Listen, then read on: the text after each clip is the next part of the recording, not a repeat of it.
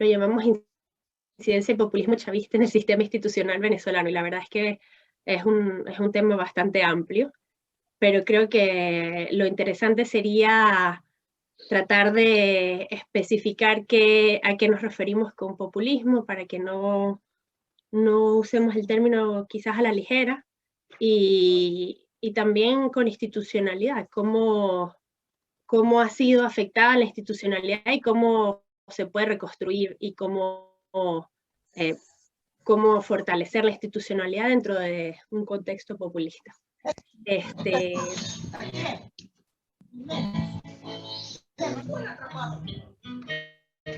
Bueno, si pueden colocar mute los que se están uniendo. ¿Aló? Si pueden colocarse en mute los que se unen, es importante para evitar el eco. El evento lo organiza y es el primero que realiza el Centro de Estudios de Populismo, que se funda y al cual me siento colaboradora. Se funda con el propósito de buscar aportar investigación académica sobre la definición del populismo, pero también, y entendemos bien que el populismo es un fenómeno global o que ocurre alrededor del mundo, y quizás como venezolanos tenemos una versión muy cercana, que es el chavismo, pero estamos tratando de aportar desde la región y desde un marco teórico, pero también tratando de buscar herramientas para los defensores de la democracia y para quienes están desde situaciones de populismo tratando de defender la institucionalidad, brindando herramientas para hacer quienes están con incidencia en el servicio público que puedan entender la profundidad del fenómeno y elaborar estrategias que promuevan el fortalecimiento de la institucionalidad democrática. Entonces, este es el primero de varios foros con profesionales en el área de las ciencias sociales, y también van a hacerse en Argentina, en Chile, y donde está diezmada la diáspora, pero que parece que le persigue también el populismo. Entonces, contamos con la presencia de la diputada Delsa Solórzano, que es una gran luchadora por la democracia y por la institucionalidad democrática, presidenta del partido Encuentro Ciudadano de Venezuela. Entonces, no solo habiendo sufrido el populismo y el combate contra la institucionalidad, decide fundar una nueva institución, y me encantaría escuchar acerca de su experiencia en ello.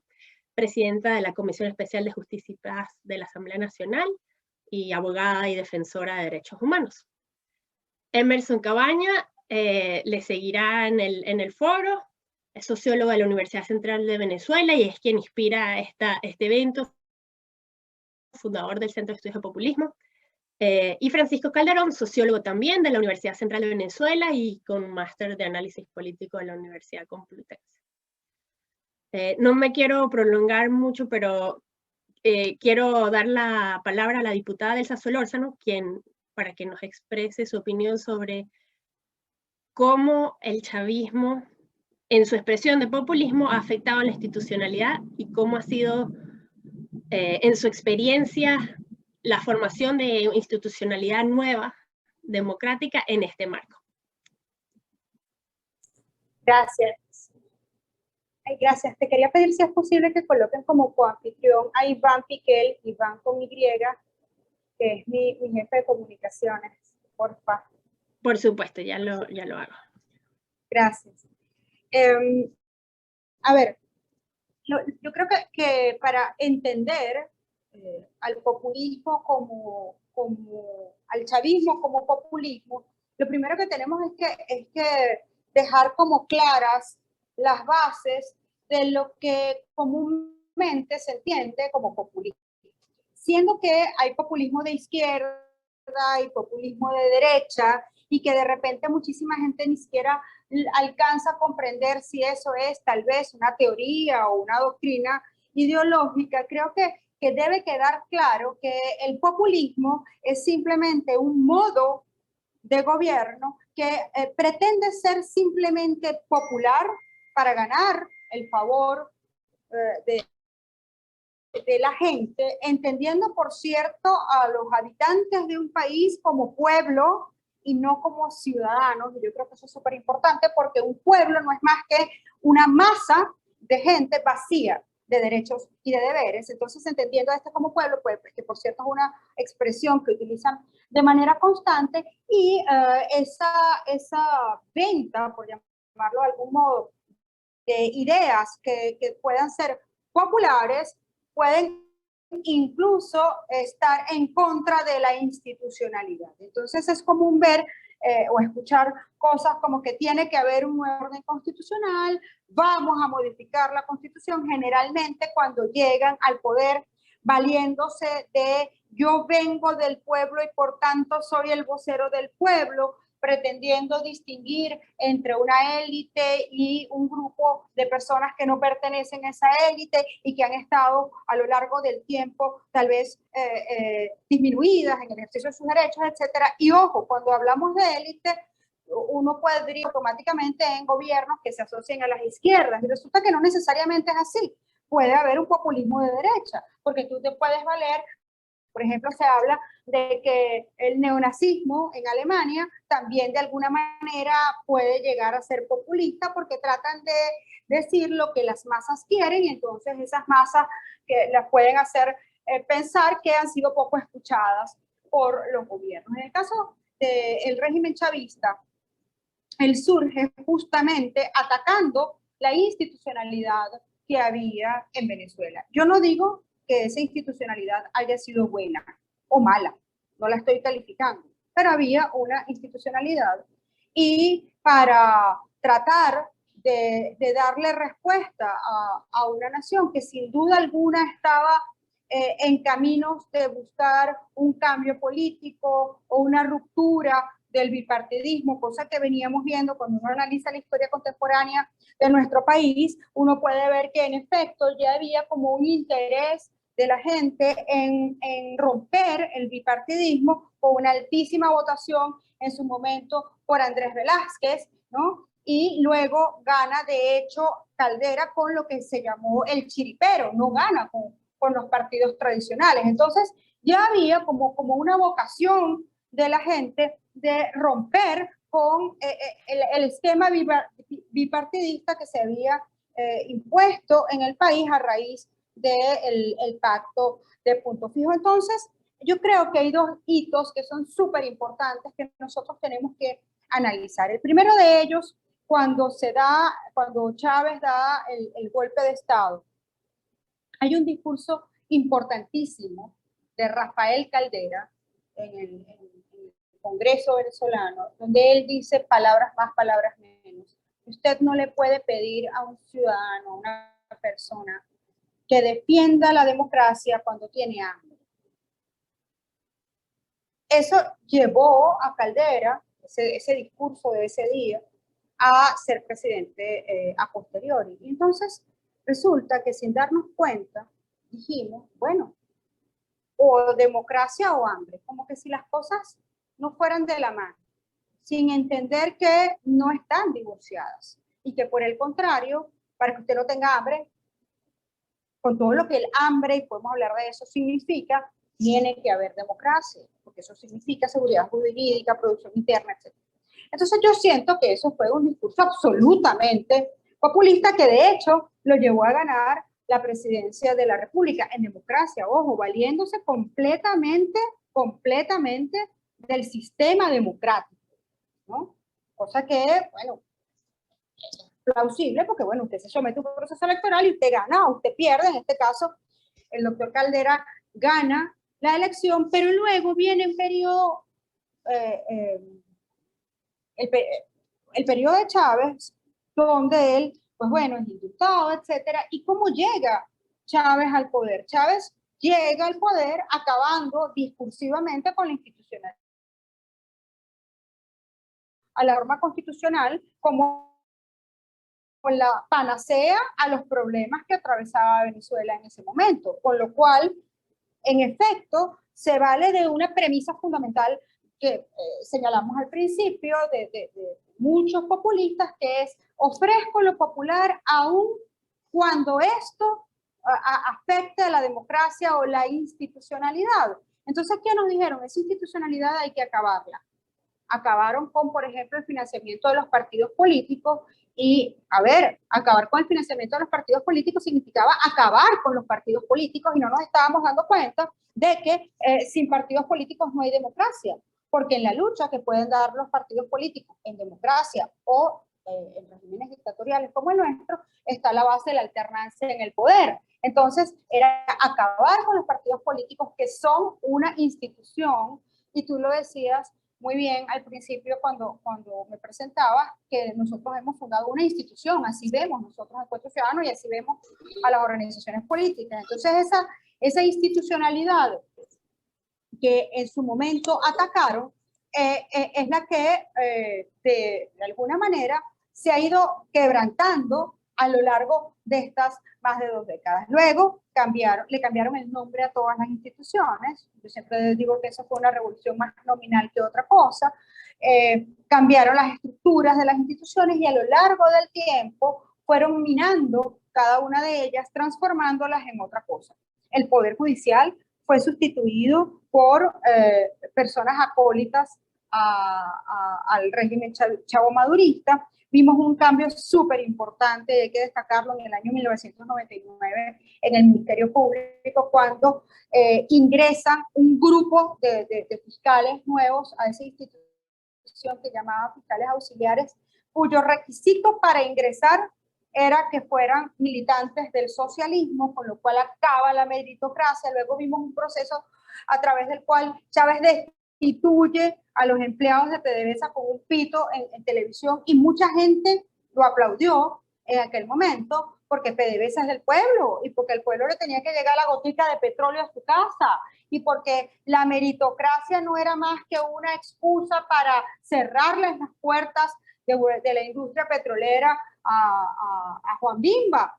Y resulta que dejamos de entender que para ocupar determinados cargos tienes que tener la preparación académica y profesional que te lleve a ocuparlos y que eso no significa que Juan Bimba no tenga acceso a ellos, sino que Juan Bimba, como lo llamaba Chávez, que viene, como ustedes bien saben, de la historia de ADE, de la primera vez que los adecos tuvieron la obligación o la necesidad de utilizar la tarjeta negra, y utilizaron la figura de Juan Bimba como la imagen de la tarjeta negra de su partido. Pero bueno, esa es parte de la historia política contemporánea de Venezuela. Entonces, en efecto, cuando nosotros observamos todo esto, no vemos más que la destrucción de la institucionalidad que en efecto fue progresivamente avanzando hasta llegar a la etapa en la que estamos hoy. Tenemos un poder judicial absolutamente secuestrado que sin ninguna duda no goza de las reglas básicas de la institucionalidad, sino que está allí para perseguir a la disidencia política y no para perseguir a la delincuencia. Eso trae como consecuencia efectivamente que Venezuela es hoy el país más violento del mundo, con el mayor índice de homicidios por cada 100.000 habitantes. Hoy vemos que no hay posibilidad real de un proceso electoral en nuestro país porque el Consejo Nacional Electoral también fue secuestrado y cada vez que se pretende designar a un CNE por las vías constitucionales, pues bueno, el régimen lo evita. Vemos cómo en el año 2015 la mayoría democrática obtuvo los 2/3 de las curules en la Asamblea Nacional y lo que ocurrió inmediatamente en diciembre de 2015 fue que reformaron el reglamento interior y de debates para evitar para empezar así a coartar las funciones de la Asamblea. Inmediatamente vimos a diputados votando por ellos mismos para pasar a ser magistrados del Tribunal Supremo de Justicia y desde allí pretender acabar con la Asamblea. Más de 100 sentencias, por cierto, en contra de la Asamblea Nacional, y así se ha ido quebrando la institucionalidad a lo largo de los años. Y creo también que hay hitos súper importantes en este sentido que cuando los vemos en retrospectiva van a ser fundamentales cuando se escriba nuestra historia y tienen que ver con hechos como se le permitió a Chávez modificar la Constitución y en el momento nadie vio que eso era malo. Se permitió que en ese momento, y mucha gente lo aplaudía, y así sucesivamente se fue transformando, repito, el poder judicial, se cambiaron los poderes tradicionales y se incluyó un supuesto poder ciudadano, con base en el cual hoy vemos un proyecto de la írrita Asamblea Nacional que llama Proyecto de Ley de Comunas, que eso no es ni proyecto, ni es ley, ni nada, pero se pretende acabar con la municipalidad, a pesar de que la nación rechazó eso a lo largo de todo el proceso constituyente de 2008. En fin, ha habido un quiebre institucional promovido desde el Estado, amparándose en el discurso de que es el pueblo al cual representan. Y resulta que también se ha popularizado o democratizado el término de autonombrarnos pueblo. Por ello existe Encuentro Ciudadano con ese nombre. Para nosotros es esencial que somos ciudadanos y nosotros no somos pueblo. Nosotros somos ciudadanos.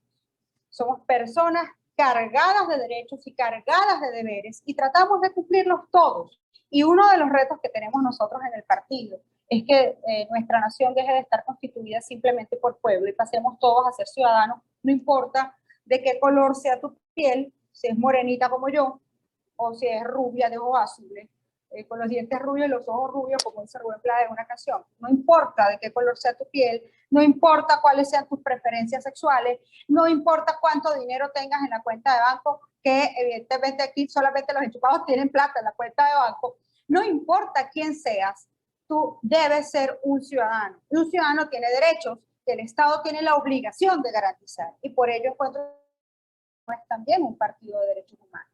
Con lo cual también, ya voy redondeando para cerrar, para nosotros son importantes algunas cosas que tienen que ver justamente con ese ejercicio de derechos y deberes. Y tiene que ver también con el tema de desmontaje de mitos. A nosotros nos han dicho a lo largo de todo este tiempo que las izquierdas defienden los derechos humanos, las izquierdas son ambientalistas, las izquierdas son progresistas, y resulta que progresa es el hambre de nuestra nación, que la izquierda es la que defiende los derechos de la comunidad LGTBI, que la izquierda es la que defiende los derechos de las mujeres. Se hacen pues de banderas para justificar su permanencia en el poder, y resulta que todo eso es una gran mentira, que no hacen más que utilizar la ideología como arma para sostenerse en el ejercicio del poder y para conseguir también apoyos y adeptos en distintas instancias, en distintos foros, y en efecto, en el caso de Venezuela, para vender la falsa imagen de que aquí hay una especie de guerra de la derecha asesina contra la pobre izquierda, a la cual no deja gobernar. La realidad es que hoy este gobierno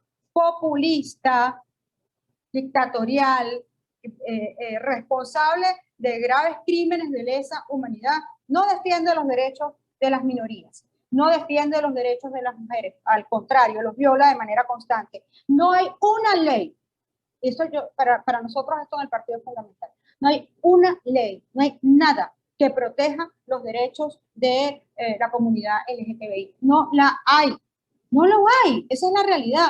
Hoy se ha extinguido completamente el aparato productivo nacional y nos han convertido en una sociedad de esclavos, porque además le quitaron todo valor al trabajo, y eso es parte del populismo. ¿Para qué vas a trabajar si tu botica de petróleo te tiene el plan Bolívar 2000 y se robaron la plata, luego en forma de cualquier otra cosa, hasta hoy que tiene la forma de una bolsa CLAP, que no es más que la humillación en caja, que viene de manera bimensual, cada vez de manera más escasa, a los hogares de Venezuela, y esa gota de petróleo no ha servido más que para, repito, esclavizar a una nación. Hoy, cuando nosotros vemos los resultados del estudio del Observatorio de Alimentación y Nutrición, de Seguridad Alimentaria, que presentamos hace un par de días, y vemos que solamente el 9% de la población está en seguridad alimentaria, que 69% de la población está en lo que se llama seguridad alimentaria, eso es en situación grave de vulnerabilidad, de ciudadanos que tienen que cambiar trabajo o sexo por comida. Eso se debe al a la extinción del aparato productivo nacional, a la sustitución de la economía interna con ausencia absoluta de garantías constitucionales, de estabilidad jurídica, etcétera, por una economía de puertos en la que solamente se beneficia la élite, la nomenclatura, con la nomenclatura chavista, o chavo madurista, porque al final este no es el mismo gobierno, pero es el gobierno de los mismos, son los mismos que tienen 22 años desangrando al país. Entonces esta nomenclatura, que viene en distintas formas, tamaños y colores, incluso viene con grandes apellidos, o últimamente viene generalmente con unas características que me preocupa mucho, que siento que están normalizando. Yo básicamente salgo solo a trabajar, pero cuando usted tiene que ir al mercado, ¿no? Y te encuentras a las acompañantes de los enchufados con unas características físicas muy particulares todas, ¿no? Aquellas damas que parece que las meten en un molde y las sacan a todas y acompañan enchufados, y todas se bajan de camionetas año 2025 con 400 millones de escoltas y motorizados y no sé qué. Pareciera que de alguna manera se está normalizando, y entonces ahora los llaman, son empresarios honestos que están invirtiendo en el país. No, vale, no es verdad. O sea, sí hay empresarios honestos que están invirtiendo en el país, pero eso no es esta nueva clase que yo no puedo llamar empresarial, que simplemente están reinvirtiendo los recursos de otros porque muchos de ellos son testaferros. Eso es el populismo en Venezuela. Ese populismo en Venezuela, que además, a ver, es de discurso populista, pero de prácticas absolutamente dictatoriales, criminales, y además amparados en violación de cualquier regla, cualquier ley, porque están acusados de narcotráfico, de extracción de oro ilegal, de haber acabado con el arco minero, delitos ambientales, etc. Entonces, esta claque que usurpa el poder y que desgobierna Venezuela tiene sí un discurso populista con prácticas absolutamente dictatoriales y aberrantes que no han producido más que la pretensión de esclavizar a los venezolanos. Felizmente, Venezuela no se rinde, y por ello hoy podemos decir que hay gente rebelde como nosotros en Encuentro Ciudadano que decidimos formar un partido político de centro-derecha en plena dictadura. Y lo hacemos y lo logramos, y cada día sumamos más voluntades en el partido, pero también desde cada una de las visiones de la unidad democrática. Todas distintas, podemos decir que tenemos una Venezuela que se niega realmente a rendirse, y como dijo Winston Churchill en su famoso discurso, que nunca nos rendiremos, los venezolanos nunca nos vamos a rendir. Muchísimas gracias. Gracias, Delsa, qué emoción escucharte, y la verdad es que tanta energía y ímpetu de no rendirse. Yo creo que fue un recuento interesantísimo desde Caldera y la destrucción de la institucionalidad descrita en puntos claves que creo que el tiempo ahora nos permite revisar y reflexionar. Me gustó muchísimo cómo el populismo trasciende la ideología y la falsa dicotomía que presentan entre luchar por la democracia o los derechos civiles y políticos y por los derechos sociales y económicos. Y bueno, cómo desde Encuentro Ciudadano quieren poner el ciudadano y no el pueblo, y la definición de pueblo que se hace. Y yo sé que Francisco tiene mucho que hablar sobre la definición de pueblo, y quisiera abrir también el espacio para preguntas. Vamos a tener un espacio al final, pero si alguien quiere escribir algunas preguntas en el foro, yo las puedo ir sumando y pensándolas. Pero mientras tanto, doy la palabra a Francisco para que también nos aporte sus ideas. Gracias. Hola, ¿qué tal? Bueno, nada, en principio, como felicitar a Delsa del partido, y esa lucha realmente es admirable y es muy respetable, y, o sea, nada más que respeto. Sí, ha hecho precisamente digamos, un diagnóstico histórico de cómo, en efecto, el chavismo se ha ido desmontando poco a poco toda la institucionalidad venezolana hasta terminar tomando por completo cualquier atisbo de Estado de Derecho, democracia, etcétera, para terminar lo que es. Nosotros, o sea, por lo menos yo particularmente creo que el chavismo en sí es, digamos, una dictadura que comenzó como un populismo, sigue teniendo una narrativa muy populista, pero bueno, sus efectos son bastante dictatoriales, por decirlo así. Ahora, desde el Centro de Estudios del Populismo, nosotros una de las iniciativas, y después me corregirá si le parece, ¿no? Es que precisamente nosotros queremos crear un diagnóstico como específico de lo que es un populismo. Evidentemente el populismo ha existido desde la historia de la humanidad, pero no ha entrado el siglo XX cuando se empieza a sistematizar, y sobre todo que hoy en día se ha puesto como muy de moda la palabra populismo porque viene muy ligado a lo que conocemos como la posverdad. Digamos que ya no hay un discurso de izquierda radical o de derecha radical, digo, el mundo. En Venezuela evidentemente cada caso es muy particular y se tiene que entender así. Pero digamos que se mueve en lo indeterminado. Es precisamente eso como su punto fuerte, que es difícil definirlo, pero es que precisamente allí es donde juega el populismo. Por eso podemos ver que existe un populismo de todas las ramas políticas, de derecha, de izquierda, de centro, sino que es una forma, y de eso creo que dijo algo así, de gobernar. Yo también estoy un poco de acuerdo con eso. Es una práctica política más que un discurso, porque hay prácticas políticas que supuestamente entre enemigos o gente que está del otro lado de la acera política son exactamente iguales, aunque se digan de derecha o se digan de izquierda, practican lo político de la misma forma. Por eso es importante que o sea, el populismo es difícil fijarlo. Ahora bien, por ejemplo, ahí Ernesto Laclau, que lo estudió muy bien, nos fija como unas características muy precisas de lo que es un populismo, que tú nombraste como si fuese un guión específico lo que pasó con el chavismo en los años 90 y cómo fue paulatinamente. Y uno es la construcción de pueblo. Digamos que dentro de un Estado democrático liberal, o por lo menos en el siglo XX, las demandas sociales tratan de vehiculizarse a través de partidos políticos, tratan de vehiculizarse a través de, digamos, lo jurisdiccional, el poder judicial, o sea, dirimir conflictos en una sociedad. El chavismo cuando se encuentra, el populismo, el populismo cuando se encuentra ante esta disyuntiva, precisamente lo que hace es pasarle por encima a estas demandas canalizadas y demandar como en una pretensión de totalidad. Y ahí es donde construye como lo que decimos la palabra pueblo. Pero ¿qué es pueblo? Pueblo es nada y es todo, porque es un significado vacío que le sirve, digamos, a un grupo de poder que le interesa, digamos, acceder al poder para meter todo lo que hay. Inclusive hay cosas legítimas. Normalmente cuando uno ve un populismo en acción, las demandas o digamos el diagnóstico que hace de la sociedad no es incorrecto. O sea, dice que esto está mal o esto está bien, o que en los años 80 en Venezuela había tales y tales problemas. Por supuesto que sí. Sin embargo, la forma, y obviamente muchas veces demostrado, de nuevo, ejercer, digamos, o canalizar esas demandas populares es todo lo contrario, digamos, a lo que puede ser un Estado de Derecho. No lo usa, precisamente lo destruye, lo desmonta paulatinamente, a través de esta legitimidad de un actor que todo lo encierra, llamado pueblo. Bueno, no lo dije antes, pero obviamente uno de los primeros populismos muy interesantes y donde más o menos todo el mundo se fija de este fenómeno que es tan mutable, es el peronismo, porque en el peronismo había millones de corrientes políticas que se desarrollaban dentro de un mismo movimiento y era como muy curioso.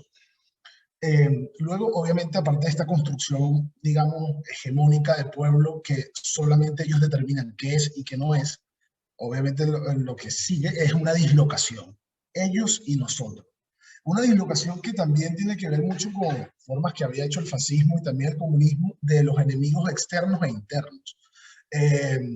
Ellos y nosotros desde dentro, los cifrinos, los píos, fuera la élite, o sea, siempre encuentran esa forma de dislocar y pasar una tabla rasa, las medias tintas no existen, estás aquí o estás allá.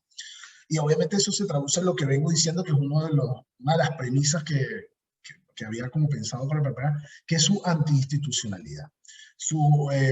Corroe, porque si existen estructuras jurídicas para dirimir conflictos en una sociedad de una forma democrática, donde cada ciudadano, como decías tú, cada ciudadano tiene la capacidad de tener un derecho, de ser velado por la administración o del Estado de su derecho, es que eso no podría ser así, porque imagínate, no podrían escalar de una forma tan rápido porque no es democrático el fin que persigue.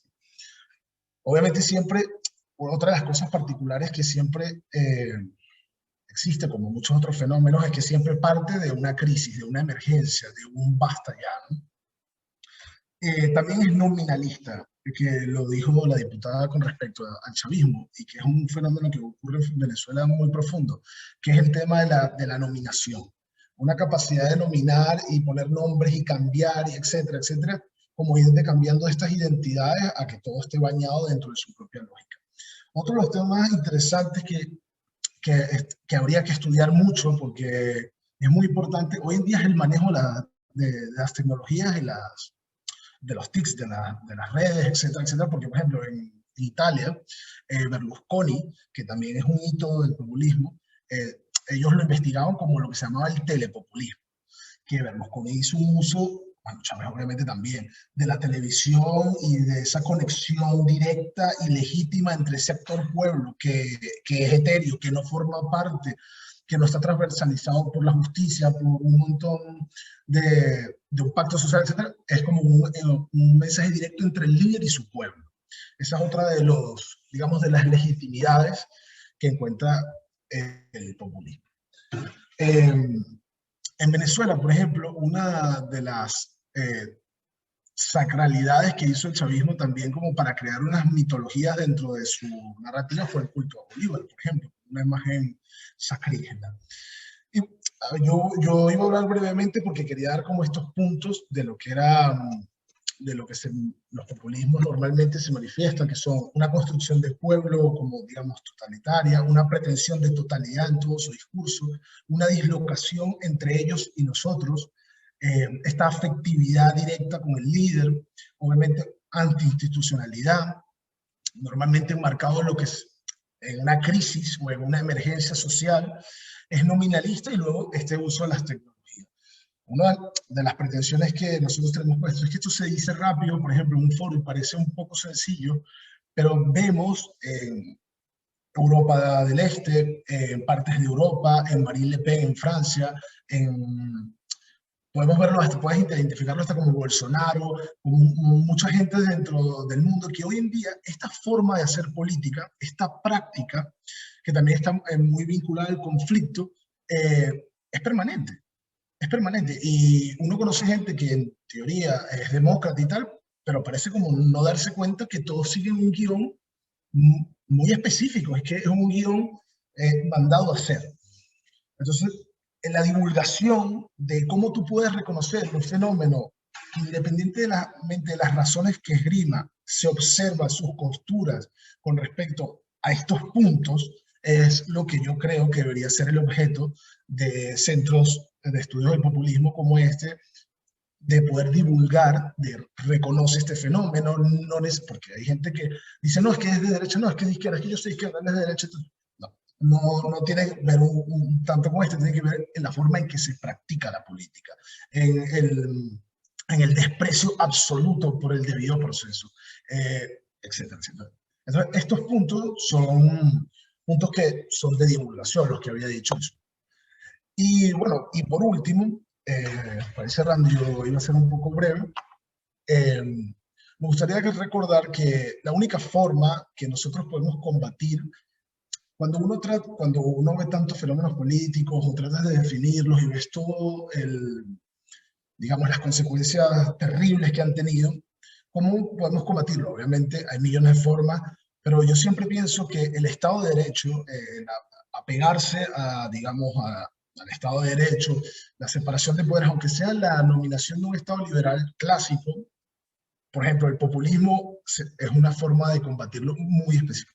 No hablo solamente del caso venezolano, obviamente porque Venezuela tiene unas particularidades muy profundas, y además que el chavismo ha llegado a un fondo, o sea, es un fenómeno en sí ya, porque ha atravesado millones de fases y aparte es un Estado asesino.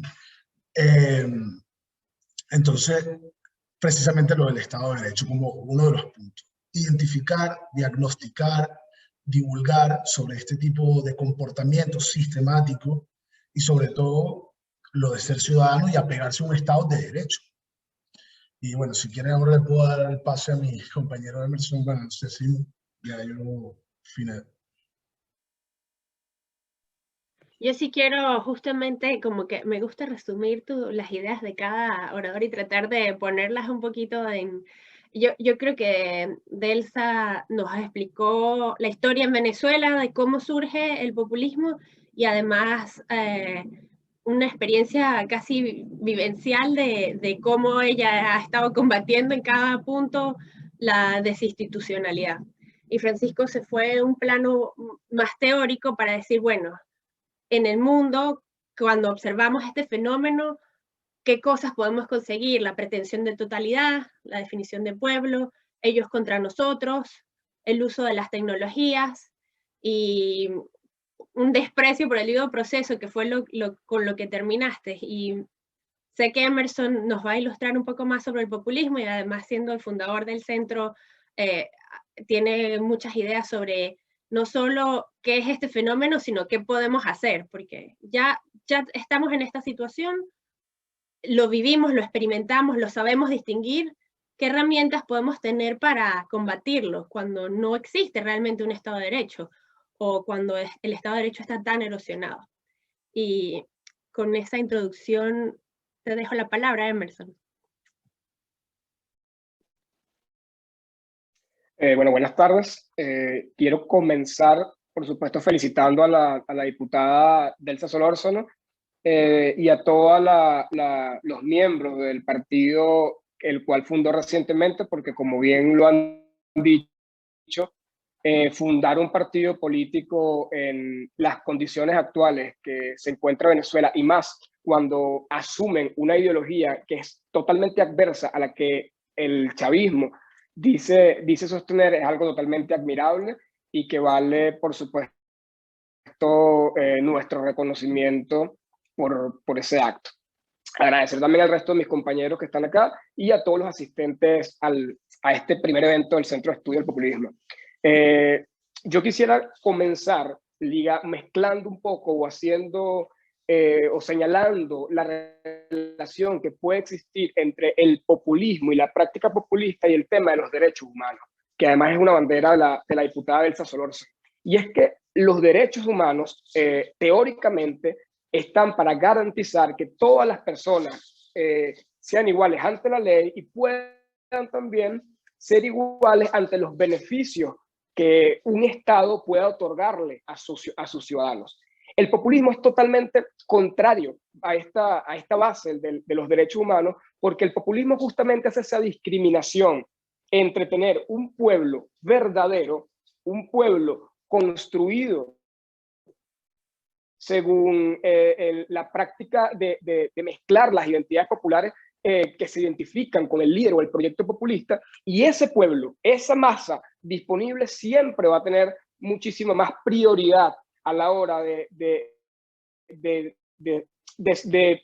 verse beneficiado por cualquier beneficio que pueda otorgar un Estado que el resto de los ciudadanos. Y es por eso que me parece una trama central e importante para poder hacer la diferencia entre lo que es el populismo y otros modelos que, si bien es cierto, pueden tener características asistencialistas, como pueden ser algunos modelos socialdemócratas, no necesariamente son populistas, dado a que la ayuda que puedan hacer o su práctica política siempre esté marcada en la institucionalidad y no en la conveniencia o en la conexión directa con el líder o con el proyecto populista, tal cual como pudimos apreciarlo con el tema o como lo hemos venido apreciando con el tema del chavismo, donde, como bien lo han dicho mis predecesores antes, aniquiló todo el sistema institucional venezolano para justamente instaurar un nuevo marco que le permitiera eliminar cualquier tipo de intermediación entre el Estado o el gobierno,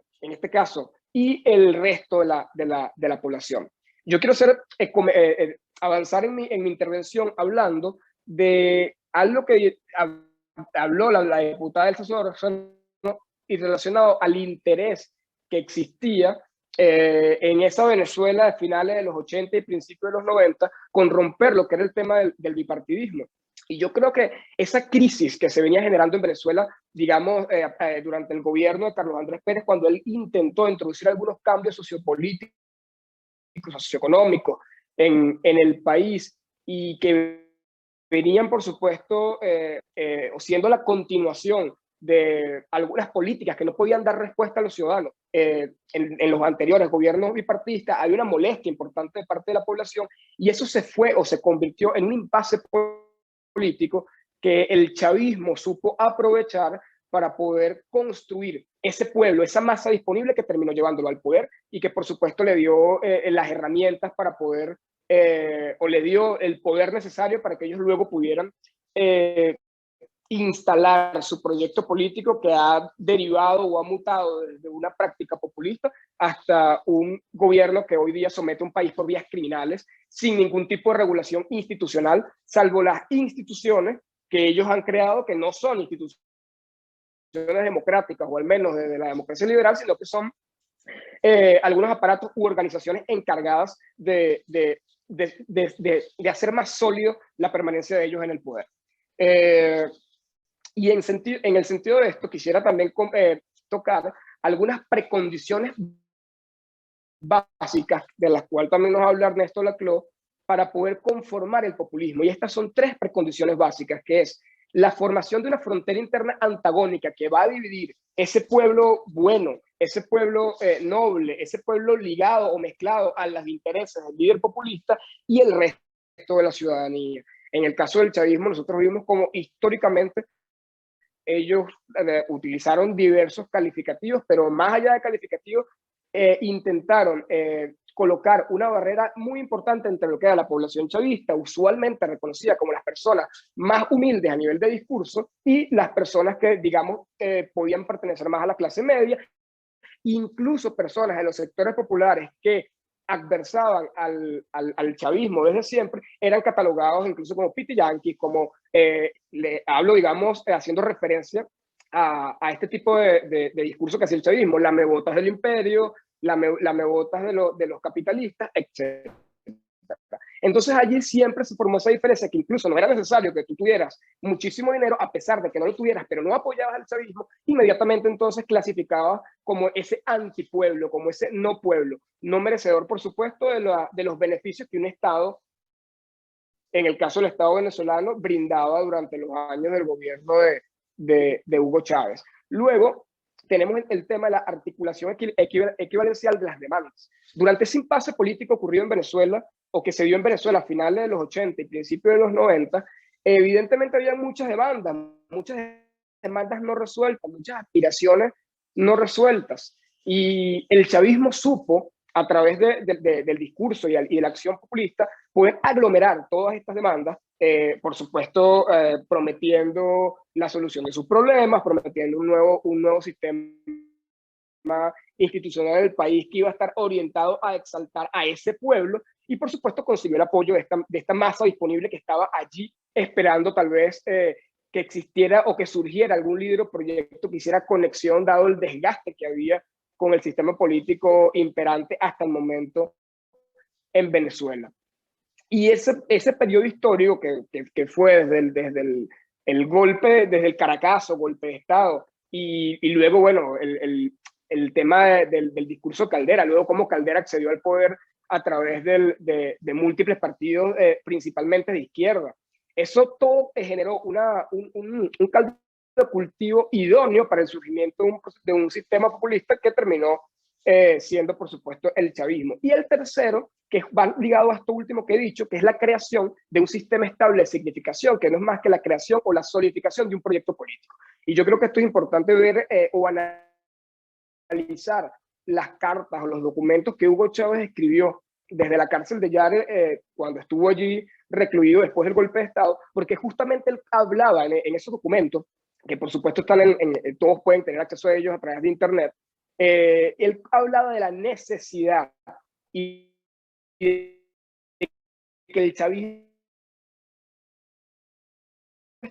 estaba para solventar un nuevo marco jurídico en el país. Y por supuesto que las personas que se vieron identificadas con él, porque la estaban pasando mal en Venezuela en ese momento, ese grupo de personas, y vieron identificada en alguna persona que, más allá de cualquier mediación institucional que no les estaba funcionando a ellos en su momento, les estaba brindando una serie de respuestas que les caían como anillo al dedo, pues entonces, por supuesto, terminaron dándole ese apoyo y se terminó entonces convirtiendo esto en un sistema estable de significación, que es el chavismo como tal. Entonces, esas fueron las precondiciones, muy resumidamente, que logró transitar el chavismo en todo su proceso de construcción de su populismo y para poder a través del populismo acceder al gobierno de Venezuela. Siempre que hablamos de populismo, podemos pensar o hacer referencia que tiene que ver más con el tema de promesas económicas, de demagogia, de clientelismo, que por supuesto que sí, de hecho son características fundamentales del populismo. Sin embargo, existe también el tema de la revolución de las aspiraciones, que es un término del cual habla un autor argentino muy importante llamado Tortuato Di Tella, y él habla de que más allá del tema de la aspiración económica, etcétera, la revolución de las aspiraciones, de ser parte de las decisiones que pueden darse en un Estado, en un sistema político, en los partidos, etcétera, son las que motivan a las personas a hacer esa conexión más fuerte entre ellos y el líder populista. Y yo creo que esto es importante tenerlo muy claro, porque en el proceso de reconstrucción nacional, cuando nos toque en Venezuela, y como seguramente también ha ocurrido en muchos de los países que han superado gobiernos populistas, es fundamental entender esto, porque al momento de reconstruir el país es necesario que la democracia pueda reinventarse y pueda generar espacios de participación y pueda democratizar aún más sus propios espacios para que las personas puedan canalizar sus demandas, puedan canalizar sus molestias con el sistema a través del sistema y que ellos puedan ver resueltas sus incertidumbres a través del sistema. Y entonces yo creo que este es un eje clave en el tema de cómo combatir el populismo, porque el populismo se combate mediante la democracia, es más democrática. Mientras se democratice aún más el sistema democrático. De manera que si un outsider, como usualmente son los que acceden al poder a través del populismo, viene y presenta una serie o un programa de gobierno que pretenda dar una solución mágica a todos los problemas de la población, los ciudadanos entiendan que más allá de eso también tienen la alternativa, y más allá de la alternativa, la posibilidad real de a través de su sistema democrático poder verse reflejados, representados y poder tratar de encontrar mecanismos de solución. Por eso es que en su momento a Hugo Chávez le funcionó tanto el tema, por ejemplo, de los consejos comunales, que obviamente eso fue una ruptura con nuestro sistema institucional, porque fue prácticamente una institucionalidad paralela que él creó, al igual que las misiones, al igual que el barrio adentro, etc. Sin embargo, esa división que se creó allí, o ese nuevo marco que él creó, sí le dio respuesta a un grupo de personas que se habían visto excluidas, y no vamos a hacer juicio de valores, por supuesto, de cuál fue la gestión de los gobiernos del bipartidismo, porque no es el espacio. Sin embargo, como todo sistema político, sí existía una masa de la población que no habían visto resueltas sus demandas y vieron en el chavismo una oportunidad de acceder a esa experiencia de participación, que también habla Gino Germani, que es otro autor de formación argentina, que como bien lo dijo Francisco, probablemente el chavismo ya yo creo que se ha convertido en el principal ejemplo de populismo de Latinoamérica, pero el peronismo en Argentina, sin duda alguna, en su momento fue el eje central de los estudios del populismo latinoamericano. Ahora bien, vamos entonces a centrarnos en la relación del populismo con la institucionalidad más a profundidad. Mario Vargas Llosa, por supuesto conocido por gran parte del mundo académico, específicamente en las ciencias sociales, en un ensayo que publicó en un reciente libro llamado El estallismo del populismo, habla de que el populismo ahora es el gran enemigo de la democracia liberal. Después del comunismo y por supuesto la caída del muro de Berlín, él habla de que el populismo de izquierda o de derecha es el gran enemigo de la democracia, porque desde dentro de la democracia el populismo puede acceder al poder y destruirla desde dentro. Y yo creo que también eso es un tema que está muy pendiente para los que estudiamos el fenómeno populista, y es que tal vez o pudiéramos entender que la fase final del populismo podría ser justamente un gobierno autocrático, no democrático, como lo que se está viendo hoy día en Venezuela, que a través de la práctica criminal someten al país. Entonces, ese proceso de mutación del populismo llegando desde la democracia, fortaleciéndose además con la democracia, pues el populismo tiene una característica muy importante, y es que justo como la institucionalidad es una molestia o es un muro de contención ante sus propuestas o ante su programa, ellos buscan la legitimidad en la población. Entonces, a través de referéndum, de elecciones y de cualquier tipo de consulta, ellos respaldan las decisiones antiinstitucionales que usualmente toman, y como lo que hizo el chavismo durante todos los años, o como ha venido haciendo el chavismo durante todos los años que ha asumido o que ha estado en el poder en Venezuela. Entonces me parece que eso es fundamental entenderlo, de que una posibilidad de que la fase final del populismo se termine transformando en un proyecto de las características que tiene el chavismo hoy día en Venezuela.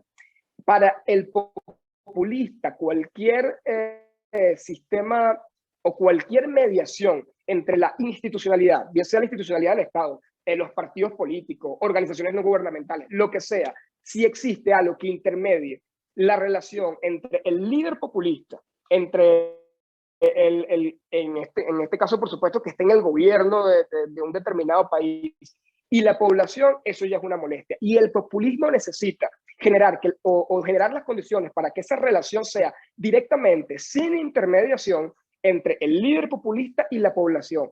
Pues de esa manera, la necesaria intermediación democrática no podrá retrasar o no podrá colocar obstáculos en lo que serían los proyectos del líder populista. En algunos países donde se han visto casos de líderes populistas y ya han fracasado, es porque cuentan con una institucionalidad lo suficientemente sólida para poder hacer esa barrera de contención necesaria para poder enfrentar al populismo. Y aquí entonces nos vamos un poco más hacia atrás para conversar el tema de lo que fue la constituyente, que fue la propuesta base de Hugo Chávez en la creación o en la propuesta de su proyecto político, y es que a través de la constituyente Chávez hizo un borrón y cuenta nueva.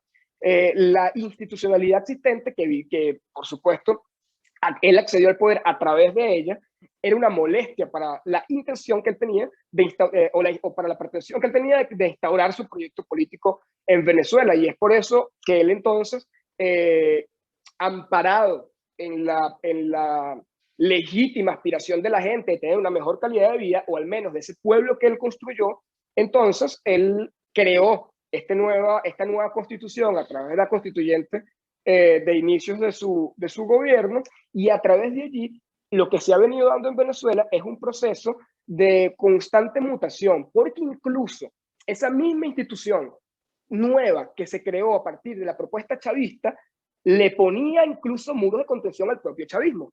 Y bueno, y la diputada Solórzano hizo un recuento magnífico al inicio. Y por supuesto, ese proceso de mutación se va porque mediante su propia institución creada por ellos mismos no le funciona, entonces hay que cambiar las reglas del juego y crear una nueva institucionalidad o una nueva organización, un nuevo marco jurídico para que se adapte inmediatamente a la necesidad del líder populista, que obviamente va variando según la conveniencia de cada periodo histórico, porque el populismo por supuesto no es estático, el populismo es, y una de las características primordiales del populismo es que tiene un carácter sumamente pragmático, que el populismo se puede adaptar a infinidades de situaciones y de momentos. Entonces vemos como en Venezuela, a partir de la aniquilación institucional producida después de la caída de la dictadura de Marcos Pérez Jiménez, el chavismo comenzó un proceso que es continuo y que todavía continúa, valga la redundancia, donde la institucionalidad existente en el país solo puede estar vigente siempre y cuando satisfaga las necesidades del líder o proyecto populista. Y es por eso que vemos cómo después que ellos fueron derrotados en las elecciones de la Asamblea Nacional, utilizaron una figura, además de una manera ilegal, como es la Asamblea Nacional Constituyente, para eliminar los poderes de la Asamblea legítimamente electa, o como incluso antes, cuando algún gobernador de oposición ganaba, ellos inmediatamente creaban un aparato paralelo, o como incluso muy al inicio del gobierno,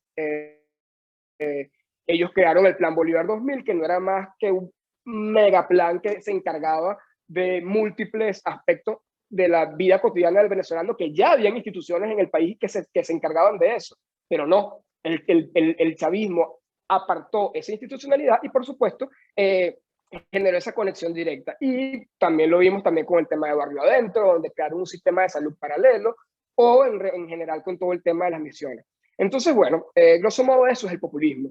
En su relación con el tema de la democracia. Es eliminar cualquier tipo de intermediación entre un sistema institucional fuerte y el líder o la necesidad del líder o proyecto populista.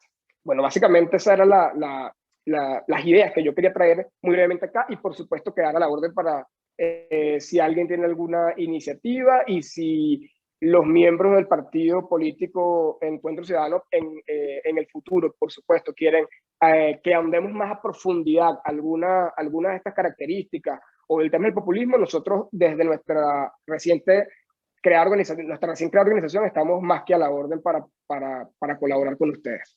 Muchas gracias. Gracias, Emerson. A mí me pareció sumamente importante tu acotación de cómo el populismo se ha cambiado forma hacia autocracia y dictadura, y creo que es clave porque sin duda ya la referencia clásica del populismo, del chavismo, los 90 que estamos conversando, parece que no es el sistema vigente. Y yo creo que tú dijiste que combatir el populismo es con más democracia, pero yo quiero saber cómo se combate el populismo desde la autocracia. Y ese es el reto, que además creo que Encuentro Ciudadano está enfrentando con mucho coraje. Tenemos dos preguntas y la dirijo a todos en el panel. Leida, de hecho creo que una tercera. Leida Brito nos dice que ella piensa que es un populismo obligado, ofertado por bonos, bolsas claves y la batería del miedo. Entonces creo que este tema de autocracia y populismo que refería Emerson al final, pero no sé, comienzo por usted, diputada Elsa. A ver, es que el populismo no es una ideología. El populismo es una forma de gobierno que acompaña a cualquier ideología y que sin ninguna duda mina a la institucionalidad y a la democracia, desde la izquierda o desde la derecha. En este caso, nosotros estamos siendo víctimas de un populismo de izquierda, pero además estamos siendo víctimas de un gobierno criminal, violador de derechos humanos, acusado de narcotráfico, etc. Entonces, ni siquiera hay una manera real de definir el sistema de gobierno que vivimos en Venezuela. O sea, no encaja en ninguna descripción clásica.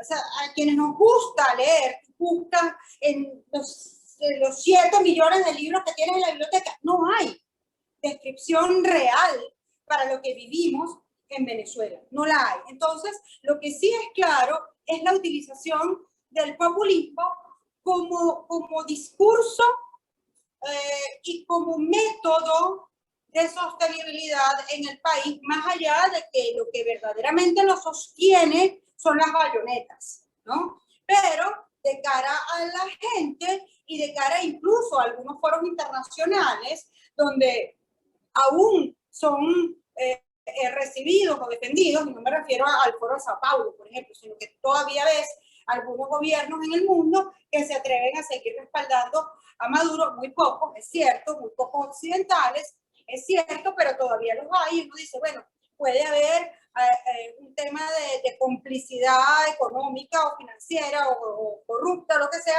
pero también hay gente que siente que cualquier cosa vale por la revolución, ¿no? Incluso asesinar, robar, matar o cualquier tropelía que cometan. Entonces, en efecto, la utilización de medidas populistas, que repito, es eso solamente, porque es que ni siquiera podemos decir que son efectivas o que realmente resuelven o aminoran el problema de la crisis humanitaria compleja, sino que son utilizadas incluso como métodos de esclavitud, como lo decía al principio.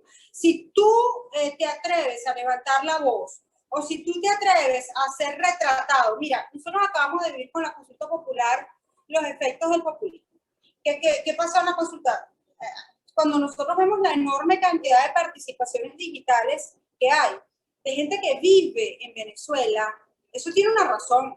La gente no se atrevía a hacer la cola en su comunidad porque le daba miedo que la del Consejo Comunal lo viera y le tomara una foto y le quitara la bolsa CLAP. Tú me vas a decir, bueno, esa bolsa CLAP es insuficiente, llega cada 2 meses, lo que trae son, cuando los trae, que ese tiempo ya que no los trae, lenteja picada, arroz malo, una broma que dicen que es mezcla de leche, pero no es leche, pero es lo único que tienes. Es lo único que tienes, lo necesitas, yo no quiero que me quiten la bolsa CLAP, ¿no?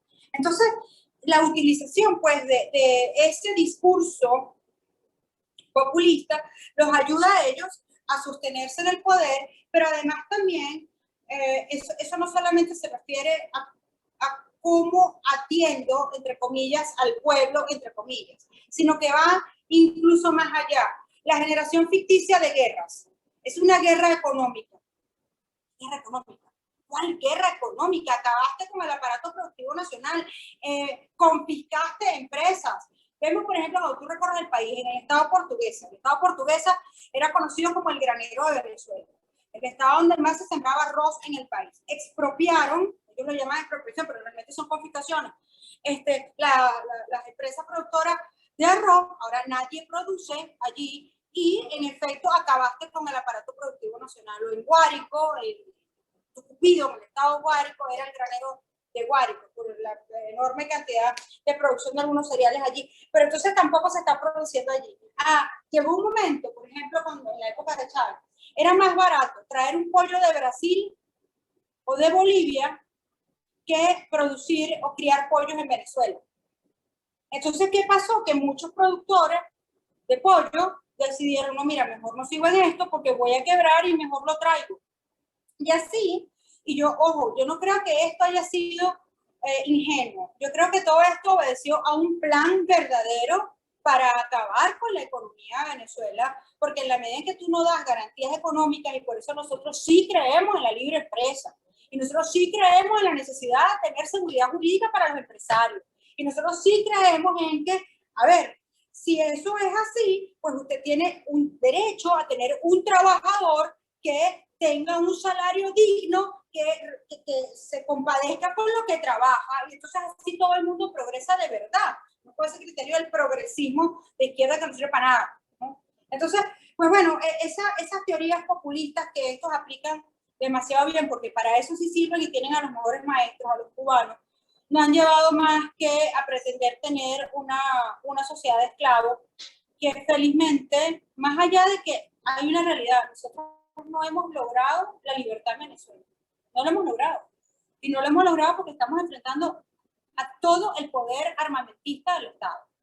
Que, ojo, no está allí para enfrentar al Coqui en La Vega o en la Punta 905. Está allí simplemente para evitar que la disidencia política manifieste. O está allí para asesinar a Óscar Pérez. Nosotros vimos un poderío militar utilizado contra unos ciudadanos venezolanos en el Luquito. Nosotros vimos cómo asesinaron a Óscar Pérez con una bazooka. Lo vimos todo. Para eso se utilizan el poderío militar.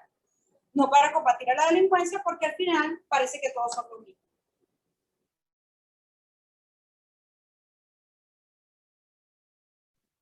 Gracias, Delsa. Todos son lo mismo, pero quizás otros miembros del panel tienen otra forma de responder esta pregunta del obligado. ¿Es el populismo cuando es obligado? O sea, lo que pasa es que secundar lo que dice la diputada un poco también. A ver, el chavismo es un fenómeno bastante complejo que, como dicen, no hay forma de categorizarlo. Si bien es cierto, son unos excelentes alumnos de cómo construir un populismo, inclusive de la CLO y de toda esta gente que definió el populismo en su momento.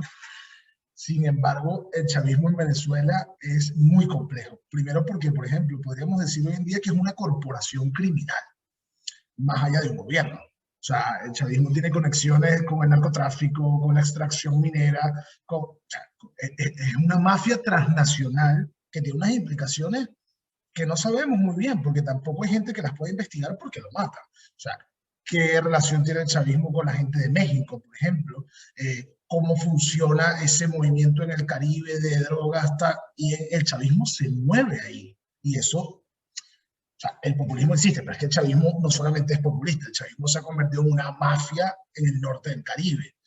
Entonces ya definir el chavismo es complicado y obviamente es obligado porque el chavismo se impone a cuerpo de asesinatos, de a mansalva.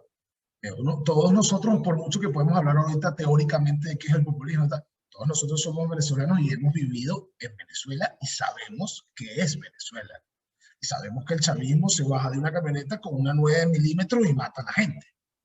El amigo de no sé quién, el amigo de no sé quién, el narco de allá, lo que está diciendo la diputada, que ahora las mujeres de estos y tal, y son como una casta de delincuentes que manejan el Estado. Entonces tú dices, ¿pero esto qué es? No hay forma de definirlo. Entonces, por tanto, obligado, por supuesto, es que ya, ¿qué va a quedar ahí si hay lo que... O sea, no me refiero a eso, ¿qué va a quedar para definir dentro del Estado cuando es una corporación mafiosa perfecta? Que sí es verdad que, por ejemplo, cuando Hugo Chávez, y es lo que también en algún momento dijo la diputada, hay muchas fases, y por lo menos yo lo sostengo así, hay muchas fases del chavismo. El chavismo es un fenómeno que ha mutado en el tiempo. No es lo mismo el chavismo de 1998, 2002, 2007, los hitos que ha ido teniendo el chavismo, a luego la muerte de Chávez y el madurismo y toda esta movida, que son todos de lo mismo. O sea, el padre de la criatura desarrollándose, la criatura graduándose, pero tiene muchas fases. Y la fase de hoy es muy obligado, por supuesto. Hay un comentario que no lo quiero decir en términos peyorativos, no tiene nada que ver con el términos peyorativos, pero cuando yo por lo menos lo he estudiado poco y la mayoría de los estudiosos de América Latina, creo que también, que hablan de la africanización de Venezuela. Cuando tú vas al continente africano y observas fenómenos que hay en Nigeria, fenómenos que hay en países de África, hay fenómenos que pueden empezar a tener similitudes con lo que existe en Venezuela. La gente que manejaba los diamantes en partes del Cuerno de África, en los lagos. O sea, que son estas corporaciones, no lo sé, no lo he estudiado a profundidad, pero es un punto. No sé si Emerson quiere completar con algo. Yo quería más bien lanzarle a Emerson la otra pregunta, que creo que es central también para lo que el Centro de Estudios de Populismo quiere hacer, y es que es posible brindar a la sociedad y a la democracia contra las oleadas populistas. Pienso inmediatamente en países como Perú, Chile, Panamá, Colombia, incluso Estados Unidos.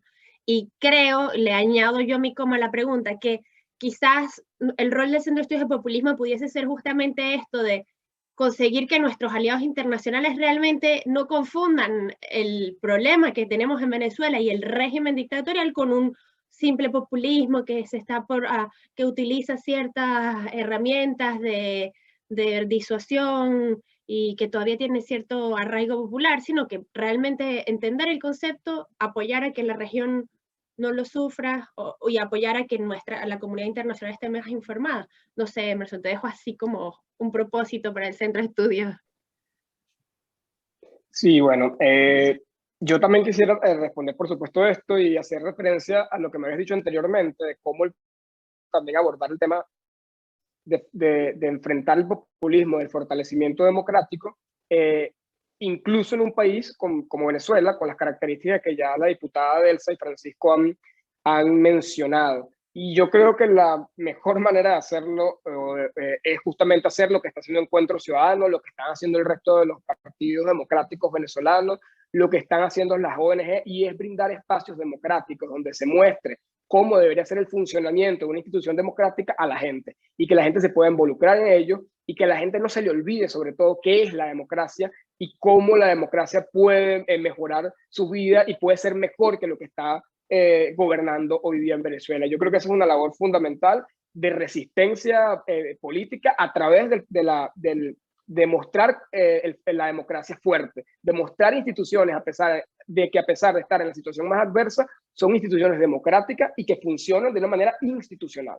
Yo creo que eso allí es un punto clave. Y segundo, con el tema de las oleadas populistas, mira, yo creo que lo mismo, o sea, en el resto de los países, el mejor antídoto, si quisiéramos usar alguna calificación para combatir el populismo, es justamente tener instituciones fuertes, Y eso lo hemos visto ya con múltiples gobiernos que han intentado coartar la democracia en los diferentes países a través de la práctica populista, y no han podido o no lo han podido llevar a cabo hasta el modo perfecto como lo ha podido hacer el chavismo, justamente porque existía un sistema institucional que se lo frenó, y que el chavismo, de una manera muy hábil, porque por supuesto yo también creo que tiene excelentes maestros internacionales que los han orientado a cómo hacer esto, ha venido en un proceso muy complejo y desde hace muchísimo tiempo generando las condiciones para que no exista ninguna resistencia institucional ante sus pretensiones. Y yo creo que, bueno, eso, para frenar ese tipo de oleadas populistas es justamente combatirlo a través de la democracia, y que la democracia sea capaz de reinventarse y de generar más espacios de participación. Mediante el sistema democrático y la institucionalidad democrática genere más espacios de participación y la gente, los ciudadanos, se sientan más involucrados, y que su experiencia de participar en la institución, en el Estado, en el sistema democrático, se pueda ver realizada, yo creo que allí le cerramos una puerta al populismo. Y sin duda alguna, yo creo que eso es una, tanto de nosotros como de todas las personas que intentamos generar contenido para estudiar el tema, y sobre todo para preservar la democracia a través del estudio del populismo, es algo fundamental que debería ser una bandera justamente de nosotros y de los que quieren defender la democracia. Gracias. Emerson, gracias. No sé si Delce quiere hacer un comentario sobre este asunto del populismo en la región también, y de qué se puede hacer para combatirlo. A ver, fíjate, yo creo que lo primero que hay que hacer es sembrar conciencia de lo que verdaderamente ocurre, ¿no? Pero es que creo que es un tema demasiado complejo, porque todo esto parte de la formación ciudadana. En la medida que tú no tengas ciudadanos formados para la democracia, y en la medida en que las naciones no comprendan, todas las naciones, la necesidad de formar a ciudadanos para la democracia, en esa misma medida estaremos todos en riesgo. Todos. Porque lo que ocurre en Venezuela, sin ninguna duda, repercute en toda la región, y ha afectado no solamente al sur de nuestra América, sino que afecta al norte de América, ya está afectando hace rato ya a Europa con el tema de las migraciones forzadas, etcétera. Entonces, de repente, tú te encuentras, mira, este es mi segundo periodo parlamentario. En el primer periodo parlamentario, yo fui electa para el Parlamento Latinoamericano, ¿no? Y recuerdo, yo era la diputada más joven de América Latina, y cuando llegaba a los foros, bueno, la primera sorpresa era que era mujer, y la segunda que era muy joven. Y la tercera es que yo decía que Chávez era un dictador.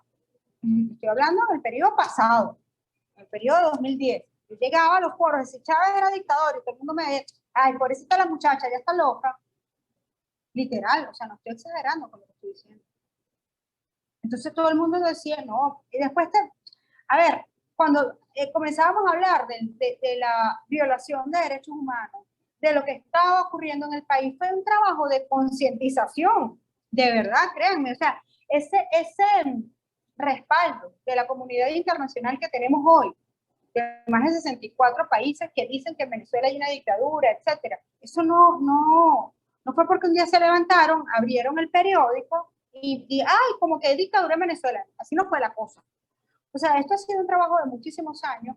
En primer término, imagínate, para concientizar a los líderes del mundo de lo que estábamos sufriendo los venezolanos, que evidentemente es cada vez peor, pero además yo siento que aquí también tiene que ver mucho el tema de mirarse en el espejo del país vecino, porque en efecto, cuando tú escuchas a Claudia López, alcaldesa de Bogotá, en su discurso xenófobo contra los venezolanos, yo a ella la tengo denunciada en la Comisión Interamericana de Derechos Humanos, o sea, sí, y yo sí tengo una campaña formal contra el discurso de esa señora. Esa señora es populista. Ella está diciendo lo que ella cree que quieren escuchar en Colombia para poder competir eventualmente en una elección presidencial. Esa es la realidad. Entonces, si nosotros como pueblo seguimos pensando que simplemente somos pueblo, si nosotros como naciones y si los líderes de las naciones no tienen conciencia de la necesidad, repito, y yo sé que esto de repente suena muy a largo plazo, pero en algún momento hay que comenzar, de la necesidad de formar a la ciudadanía para la democracia, vamos a estar siempre en riesgo. Porque además también es común escuchar eso que no vale, que nosotros no somos como los venezolanos. Eso que les pasó a ustedes no nos va a pasar a nosotros, ¿no? Entonces, cuando Chávez llegó al poder, yo era dirigente estudiantil. Entonces, de nuevo, la gente cuando decía, no vale, es que nos van a convertir en Cuba, no, es que tú eres loca, tú eres de derecha, ¿no? Y tú crees, pobrecito Chávez, eso no nos va a pasar a nosotros no somos Cuba, nosotros no somos una isla, nosotros producimos petróleo, y mira cómo estamos, 20 años después, ¿entiendes? Y entonces, a ver, ¿qué ocurre en nuestra América Latina? En nuestra América Latina ocurre que no hay una democracia sólida y en consecuencia no hay tampoco cultura democrática, no la hay. Cuando tú ves que cambian a cada rato en Perú, entonces destituyo a este y saco a aquel y pongo al otro y mañana vuelvo a destituir el Congreso y no pasa nada. Y es popular decir que vas a acabar con el Congreso y la gente en la calle lo aplaude, no tienen conciencia de la necesidad de la institucionalidad democrática y esas son naciones que se encuentran permanentemente en peligro. Porque tampoco es lógico que haya habido un apoyo a el régimen cubano durante tanto tiempo. No es lógico que haya artistas, intelectuales que hayan ido a aplaudir a Fidel Castro. ¡Caramba! Es un dictador. Ah, pero eres bueno si eres dictador de izquierda y malo si eres dictador de derecha. Entonces le tiro 3 escupitazos a Pinochet, pero voy y aplaudo a Fidel. Esas son cosas incoherentes que hablan claramente de la falta de cultura democrática. Y por eso yo siento que los partidos políticos modernos tenemos una enorme responsabilidad en ese sentido, en sembrar cultura democrática en el hoy, desde la adversidad y desde lo difícil que es asumir los retos que nosotros como partido político asumimos, y sí me siento súper orgullosa del Encuentro Ciudadano, de esa cantidad de venezolanos irreverentes que decidieron acompañarme en este sueño, ¿no? Porque además en Venezuela no es fácil decir, no, es que yo me voy a un partido presidido por una mujer como Delsa, que además es de centro derecho. Fue un acto de locura, claramente, y lo hicimos. Hoy Encuentro Ciudadano está en 24 estados del país. Es reconocido como la 5ª fuerza en Venezuela. Y eso habla de una necesidad de canalizar inquietudes políticas de una manera diferente, y esa manera diferente pasa también por la formación democrática y la formación ciudadana, que repito, es la clave para que se entienda el peligro permanente en el que puede estar cualquier nación, desde Alemania, por lo muy organizados que sean, hasta, no sé, hasta la Conchinchina.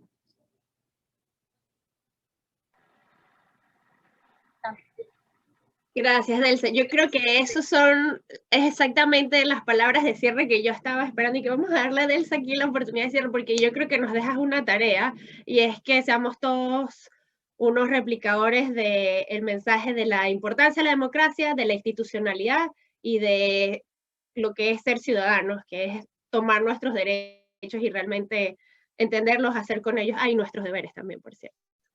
Entonces, ese es nuestro deber ahora, la tarea de replicar la importancia de la institucionalidad democrática, y desde el Centro del Populismo haremos lo nuestro tratando de aportar ideas y de replicar qué es el populismo y por qué tenemos que combatirlo con más democracia y ciudadanía. Entonces, gracias a todos por participar, y especialmente gracias a la diputada Delsa Solórzano, Francisco y Emerson, y bueno, espero que podamos contactar nuevamente por esta vía, o por otras. Gracias a ustedes. Y antes de irnos de afuera del foro, es un orgullo escucharlos, muchachos, ver que hay gente joven como ustedes, con tanta capacidad y tan bien formados. De verdad que me siento súper orgullosa de ver a la Venezuela del futuro pintada en ustedes. Gracias, de verdad. Y gracias a José Manuel por hacer este puente para que fuera posible este foro tan importante. Muchas gracias. Y por lo menos para mí fue increíble. Gracias, muchachos. Así es, muchas gracias. Bueno, gracias, José. Chao, amores.